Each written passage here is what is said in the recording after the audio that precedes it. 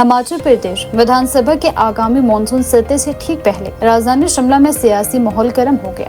Bharatiya Janata party Bhajpa ने कांग्रेस सरकार के खिलाफ जोरदार विरोध प्रदर्शन करते हुए सचिवालय की ओर मार्च किया। प्रदर्शन में नेता प्रतिपक्ष जयराम ठाकुर, भाजपा प्रदेश अध्यक्ष राजीव बिंदल, पार्टी के विधायक, वरिष्ठ पदाधिकारी और बड़ी संख्या में कार्यकर्ता शामिल हुए। भाजपा ने राज्य सरकार पर राजनीतिक प्रतिशोध, भ्रष्टाचार, कानून व्यवस्था बिगाड़ने और विपक्षी नेताओं को निशाना बनाने के गंभीर आरोप लगाए। प्रदर्शन के दौरान भाजपा कार्यकर्ता पार्टी के झंडे और बैनर लेकर सड़कों पर उतरे तथा कांग्रेस सरकार के खिलाफ जमकर नारेबाजी की। कार्यकर्ताओं ने आरोप लगाया कि प्रदेश सरकार लोकतांत्रिक मूल्यों की अनदेखी कर रही है और विपक्ष की आवाज को दबाने के लिए प्रशासनिक मशीनरी का दुरुपयोग किया जा रहा है।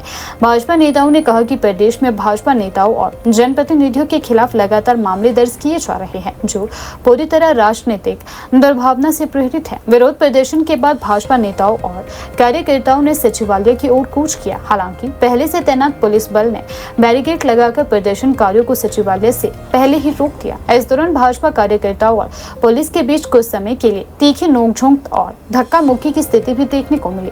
प्रदर्शनकारी आगे बढ़ने का प्रयास करते रहे, लेकिन पुलिस ने उन्हें बैरिकेड पार नहीं करने दिया। हालात को देखते हुए पुलिस अधिकारियों ने मौके पर अतिरिक्त सुरक्षा बल को बुला लिया। प्रदर्शन को संबोधित करते हुए नेता प्रतिपक्ष जयराम ठाकुर ने कांग्रेस सरकार पर तीखा हमला बोला।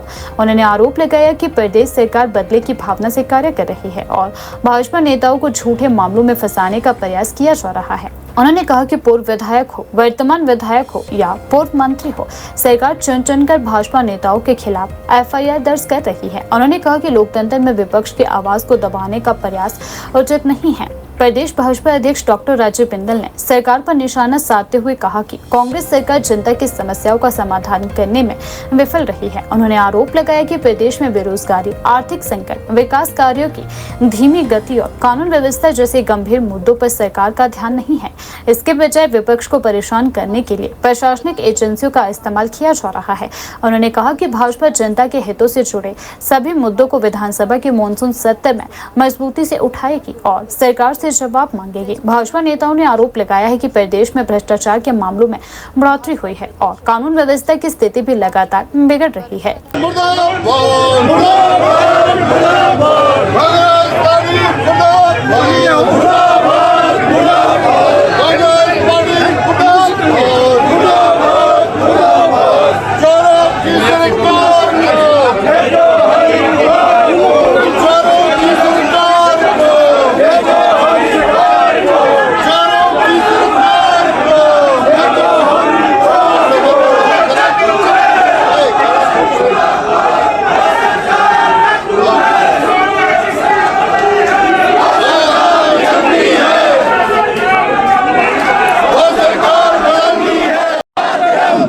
बदल दो, ताज बदल दो, बेईमानों का राज बदल दो, तख्त बदल दो, ताज बदल दो, बेईमानों का राज बदल दो, तख्त बदल दो, ताज बदल दो, बेईमानों का राज बदल दो। नख्ते मक्खी बैन नहीं देनी,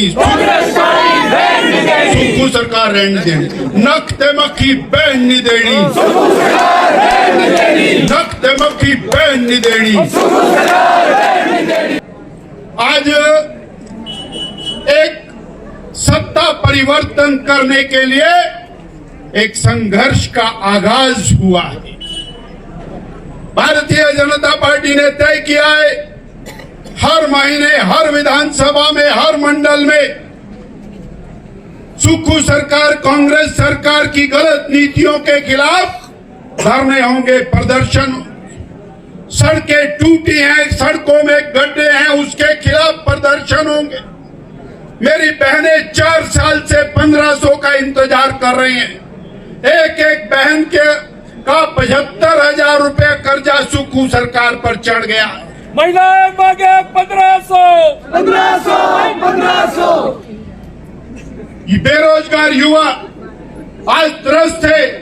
1 लाख पक्की सरकारी नौकरी, 58 साल वाली पेंशन वाली पक्की नौकरी, कहां गई वो नौकरी? आज मेरा युवा परेशान है। उसकी आवाज को बुलंद करने के लिए संस्थान खोले थे, उनको बंद कर दिया, स्कूल बंद कर दिए, कॉलेज बंद कर दिए, अस्पताल बंद कर दिए। हमारी सरकार ने, जयराम ठाकुर जी की सरकार ने गरीब की कल्याणकारी योजनाएं शुरू की थी। गरीब परेशान था, उस परेशान गरीब के लिए हिमकेयर, वो जो गरीब परेशान था उसके इलाज के लिए बेहतरीन योजनाएं चलाई गई थी। वो सारी योजनाओं पर ताला लगा दिया।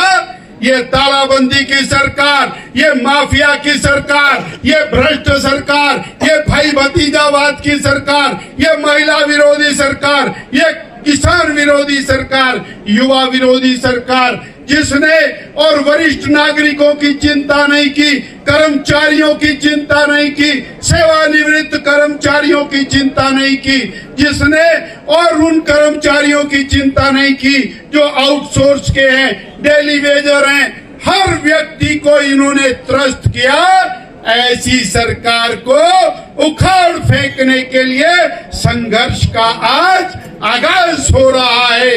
इस आगाज के साथ पूरे प्रदेश के अंदर अब आंदोलन शुरू होंगे। साथियों, हमें एक एक मुद्दे को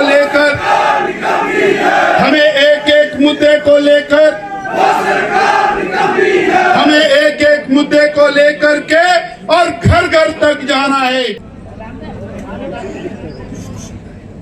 हिमाचल प्रदेश में कांग्रेस की सरकार जिस प्रकार से पहले दिन प्रतिशोध और बदले की भावना के साथ काम कर रही है, भारतीय जनता पार्टी ने लगातार उसका विरोध किया। योजनाएं बंद करना यह तो पहले दिन से शुरू किया था, संस्थान बंद करना यह भी पहले दिन से शुरू किया था।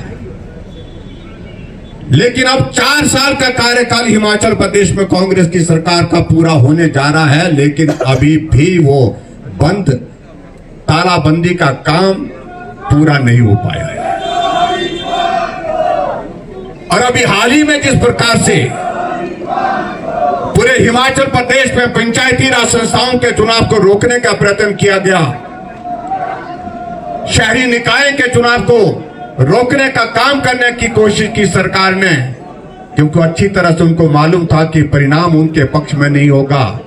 चुनाव होगा तो कांग्रेस पार्टी की सरकार को उखाड़ फेंकने का संदेश जनादेश के माध्यम से आएगा, और इसलिए चुनाव टालने की कोशिश की।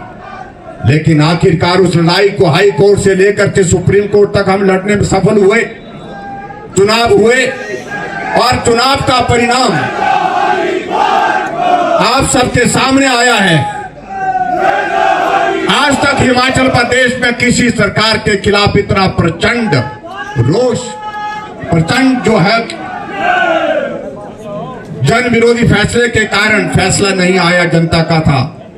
और अब जो फैसला आया है उस फैसले के अनुसार आपने देखा कि हिमाचल प्रदेश में कांग्रेस की सरकार को उखाड़ फेंकने के लिए लोकतंत्र की सबसे छोटी इकाई की ओर से संदेश आया है, जमीन से संदेश आया है।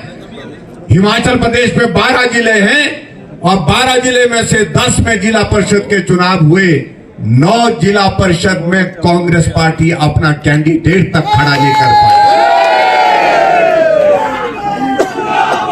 सिर्फ एक जिले में एक वोट से कांग्रेस जीत पाई है।